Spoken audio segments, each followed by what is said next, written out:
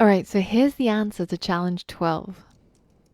We've deleted the console log inside our root route, and instead we want to be able to log this array called posts inside our home.ejs, so that when we create a new post through the compose page, then once we get back onto the home page, we should be able to log that new post as well as any others that we've created previously. In order to do this, we first have to pass over this posts array into the home.ejs page when we render it. In order to do that, we need to add another key value pair to this, essentially what is a JavaScript object, right? Let's add a comma after that one, and then let's add our second object. And I'm just going to reformat this so that you can see it a bit more clearly. So the first object has a key of starting content and a value of home starting content, which comes from here.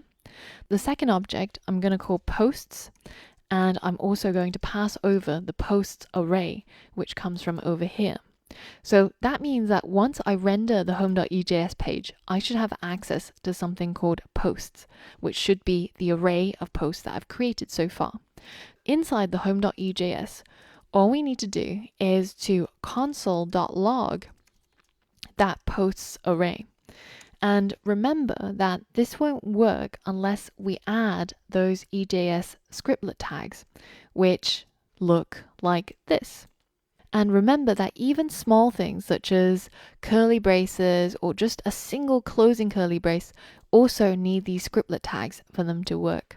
So let's go ahead and wrap this line of JavaScript inside some EJS scriptlet tags, which is an angle bracket, percentage sign, and then we're going to close it off with, again, percentage angle bracket. So now if we hit save and we head back to our home page and we go over to the compose screen and we just compose some sort of post, hit publish, and we get redirected back to the home.ejs, at which point we should have passed over that posts array.